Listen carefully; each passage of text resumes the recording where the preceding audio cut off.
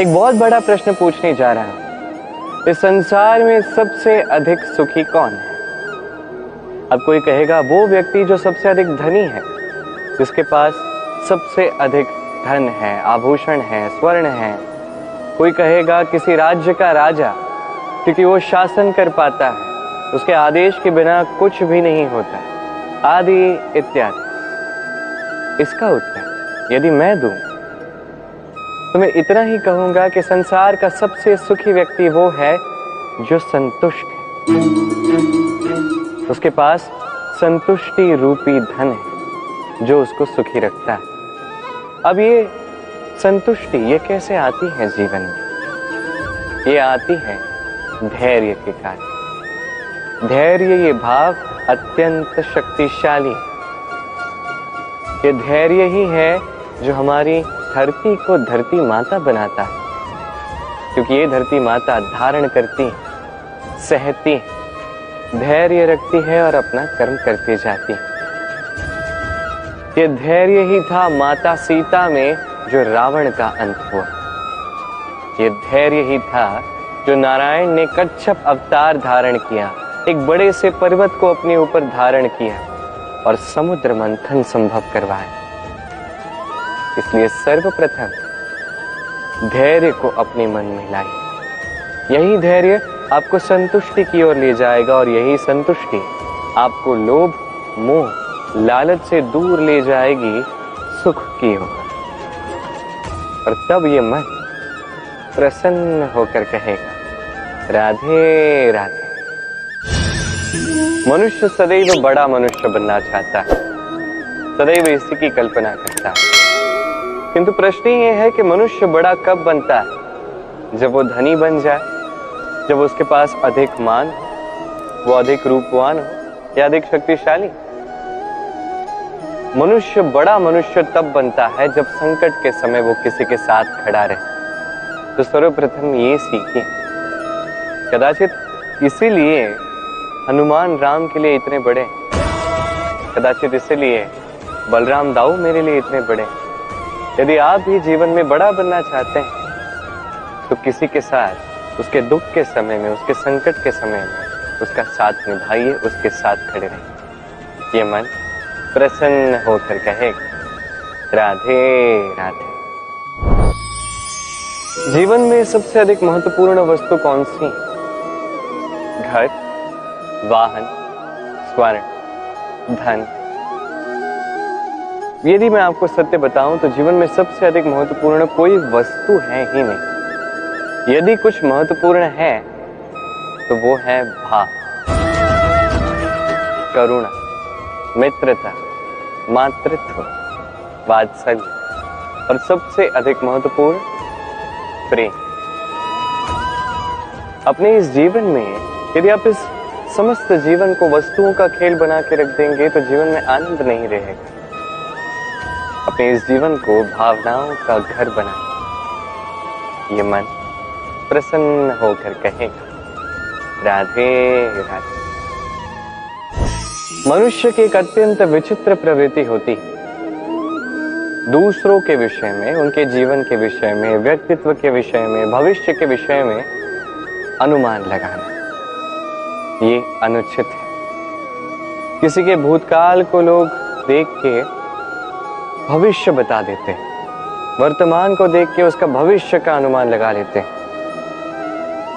उदाहरण दूं तो किसी दास को देखिए, उसे देख के लोग कहते हैं कि इसके भविष्य में ये हो सकता है, अनुमान लगाते हैं। अरे इस राजा को देखिए, ये तो कितना सुखी होगा, ये तो संसार का सबसे अधिक सुखी व्यक्ति होगा, कितनी सुख सुविधाएं हैं इसके पास, अनुमान लगाते हैं। सत्य तो ये है कि आप किसी के व्यक्तित्व के विषय में या भविष्य के विषय में पूर्ण सत्य कभी ज्ञात कर ही नहीं सकते, बस अनुमान लगा सकते हैं। और अनुमान लगा के कोई लाभ नहीं होने वाला, क्योंकि ये काल जो है ये अत्यंत शक्तिशाली है। काले से काले कोयले को ये हीरा बना सकता है, बड़े से बड़े राजा को रंक बना सकता है एक क्षण में। फिर आपके अनुमान का क्या लाभ, क्या मिला अनुमान लगा के? इसलिए कभी किसी के विषय में कोई अनुमान नहीं लगाए, उसके भविष्य के विषय में कोई अनुमान नहीं लगाए। कोई धारणा किसी के विषय में ना बने, कुछ करें तो प्रेम, सब में प्रेम बांटिए, सब में सकारात्मकता बांटिए। ये मन प्रसन्न होकर कहेगा राधे राधे। कहते हैं संसार में हर रोग का उपाय है। यदि आप अपने शरीर से प्रेम करते हैं तो व्यायाम कीजिए, यदि आप श्वास से प्रेम करते हैं तो प्राणायाम कीजिए, यदि आप अपनी आत्मा से प्रेम करते हैं तो ध्यान कीजिए, किंतु यदि आप अपने जीवन से, परमात्मा से प्रेम करते हैं तो सबसे प्रेम करते रहिए। ये प्रेम अत्यंत महत्वपूर्ण और आवश्यक है। इस प्रेम से अच्छी ना कोई औषधि है, ना कोई आसन, इससे अच्छा ना कोई व्यायाम है, ना कोई प्राणायाम। ये प्रेम बड़े से बड़े समस्या का हल निकाल सकता है। प्रेम बड़े से बड़े संकट को आपसे दूर कर सकता है।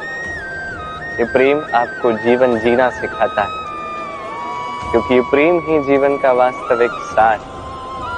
तो आइए और मेरे साथ प्रेम से कहिए राधे राधे। मनुष्य छोटा हो या बड़ा, राजा हो या रंक, हर एक मनुष्य में एक समानता देखने मिलती है। हर एक मनुष्य को अपनी प्रशंसा अत्यंत भाती है। बड़े प्रसन्न होते हैं मनुष्य जब उनकी प्रशंसा होती। और आप किसी से जाके कहिए कि आपकी ये भूल थी, आप में ये कमियां थी, वो सुनने के लिए सज्ज ही नहीं होगा। हर एक मनुष्य सुनना चाहता है कि आपने जो भी किया सर्वोत्तम था। अब आपको एक बात बताता हूं, ये है निंदा, ये है प्रशंसा और ये है सत्य। इन सब से ऊपर तभी मनुष्य दर्पण देखता है। दर्पण मनुष्य को सुंदर नहीं दिखाता, उसे सत्य दिखाता है, जिससे मनुष्य और सुंदर बनने के लिए प्रेरित होता है। इसलिए दर्पण की आवश्यकता होती है सत्य जानने के लिए।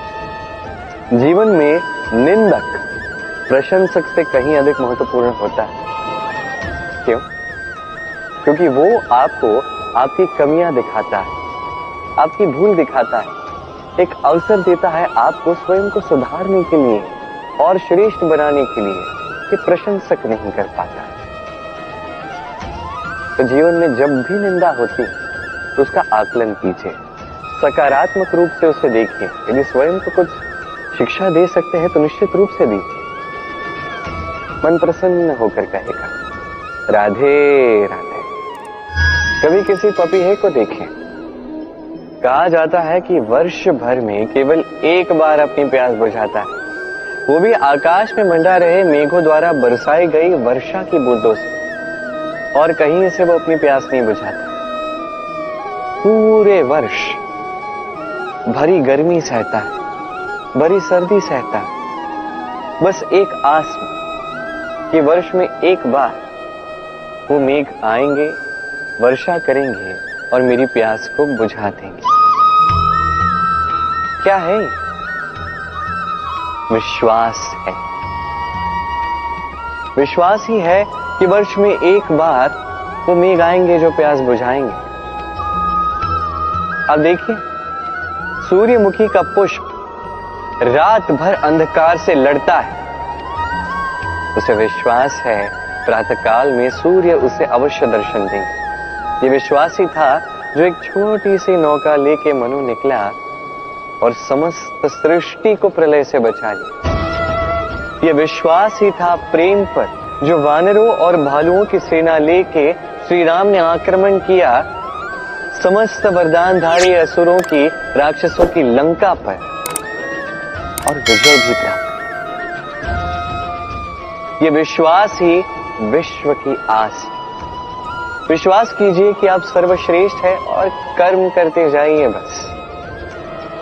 इस विश्वास की आस ही आपको प्रतिबल प्रदान करेगी। ये मेरा विश्वास है।